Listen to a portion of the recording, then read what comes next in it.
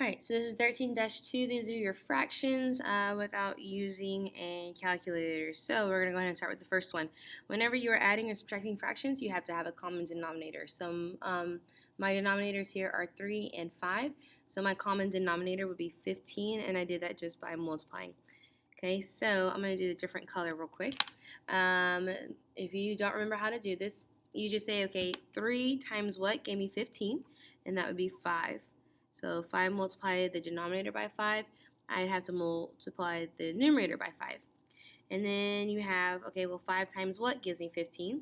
Well, that'd be 5 times 3. So whatever you multiply by the denominator, you have to multiply the numerator by. So I'm going to rewrite this and make it nice and pretty. So I have 4 times 5 minus 3 times 3. Okay, so I'm going to go ahead and reduce this. 4 times 5 is 20. 3 times 3 is 9, and that's over 15. 20 minus 9 will give me 11, and that's 11 divided by 15. And I can't reduce that because 11 is a prime number. Okay, example number 2. So my common denominator here actually can be 9 because 3 goes into 9. So I'm going to write my 9 here. Again, I'm going to go ahead and write in different colors so that you can see where I'm getting these numbers from. So my denominator is 3. 3 times what gives me 9? Well, that's 3 times 3. So whatever you do in the denominator, you have to do it in the numerator. And then for the other side, 9 times what gives me 9? Well, that's just 1. So nothing's going to really change here. So I'm going to go ahead and rewrite this. 5 times 3 plus 17 times 1. And so I'm going to go ahead and reduce this. So 5 times 3 is 15. 17 times 1 is 17, and I am dividing that by 9. Okay, if you need to, you're more than welcome to go off to the side if you need to do your addition over here. 5 plus 7 is 12. Carry my 1, that's 32. So that's 32 over 9. The only number that goes into 9 is 3. 32 is not divisible by 3. And so 32 divided by 9 is my final answer. Okay, so now we have a little bit more of a complex problem because we have 3 fractions here. But if you notice, the biggest number I have is 10, and all my denominators will go into 10. So that's what I'm going to use here as my common denominator. All right, so I'll do my different colors so you can see where these numbers are coming from. 10 times what gives me 10? Well, that's times 1, so I'll multiply this by 1. 2 times what gives me 10? Well, that's 5, so I'm going to multiply this by 5. 5 times what gives me 10? And let me get a different color, which is going to be 2. So multiply this by 2. So I'm going to rewrite this nice and pretty. So I have 9 times 1 minus 3 times 5 plus 4 times 2.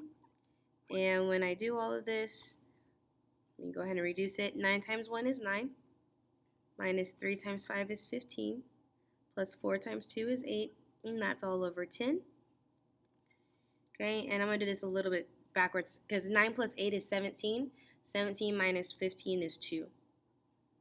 And I can reduce 2 over 10 because they're both even, and 2 can go into both of those. So 2 divided by 2 is 1, and 10 divided by 2 is 5.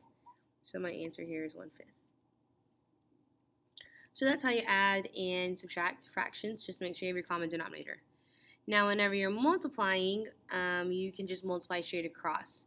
And if there's anything you can reduce in the diagonals or in the numerator denominator, you want to reduce that before multiplying. It makes it a lot easier. So for example, what I'm going to look at are a couple of things. 5 over 4, I can't reduce. 7 over 2, I cannot reduce. Okay. 5 and 2, I can't reduce. 4 and 7, I can't reduce. So this is as simple as I can get. So I'm going to go ahead and I'm going to multiply my numerator, so 5 times 7. And I'm going to multiply my denominator, so 4 times 2. 5 times 7 gives me 35, and 4 times 2 gives me 8. 35, the only numbers that go into 35 are 5 and 7. 8 is not divisible by either one of those, so that is the reduced form. All right, so now with division, I don't know if y'all know the saying or not, but my teachers always taught me, is when you're dividing by fractions, don't ask why, just flip the second and multiply. So here I'm going to have 13 over 12 times, and now I'm going to flip this second one. So that's going to be 4 over 11. Now before I multiply, I'm going to see if there's anything I can reduce. All right, and so the way that you do this is you look at 13 over 12 and you look at 4 over 11. And neither one of those can be reduced. So now I'm going to look at on my diagonals. Okay, I have 13 over 11. I cannot reduce that. Okay, and then I also have here 4 over 12. Well, I can reduce 4 over 12. And what I can do is 4 goes into 12 3 times and 4 goes into 4 1 time. So pretty much I'm just pulling a 4 out. So this will become a 1 and this is going to become a 3. Okay, all it is pulled the 4 out. And this makes it a lot easier because now my answer, when I multiply across, 13 times 1 will be on top and 3 times 11 will be on the denominator. So when I multiply that out, 13 times 1 is 13, and 3 times 11 is 33. And again, 13 is a prime number, so there's nothing you can do to reduce this. All right, example number 3. Now we have some stuff that we have to do with order of operations. Before you divide, you want to do what's inside the parentheses. So I'm looking here, I have 11 divided by 6, 9 divided by 19. So again, you want to look and see if there's anything you can reduce just in your fractions, and there's not. And then you want to see if there's anything you can reduce in your diagonal. So 11 and 19, those are both prime numbers. I can't do anything with that. But here with this 6 and 9, I can actually reduce that because 3 goes into both of those numbers. So with that being said, 9 divided by 3 is 3. 6 divided by 3 is 2. So I'm going to rewrite this. So I have 5 over 2 divided by, and I'm going to go ahead and try to multiply this out. So 11 times 3 is on top, which is 33. And 2 times 19 is on bottom. If you're not sure what 19 times 2 is, I'm not going to penalize you at all for going off to the side and saying, okay, 2 times 9 is 18. Carry my 1. 2 times 1 is 2 plus 1 is 3. So we have 38. Okay, that can't reduce because 33 is 11 and 3. Neither one of those numbers go into 38. And then we're going to go back to our rule. So the rule says, and then someone put equals, when you're dividing by a fraction, you don't ask why. You just flip the second and multiply. So 38 over 33. Okay, so then you ask yourself again, is there anything that I can reduce? So when I look at this, okay, I have 5 and 33. I can't reduce that. That was a 33. Okay, and then what I can reduce though is I have a 2 and a 38 here that I can go ahead and simplify.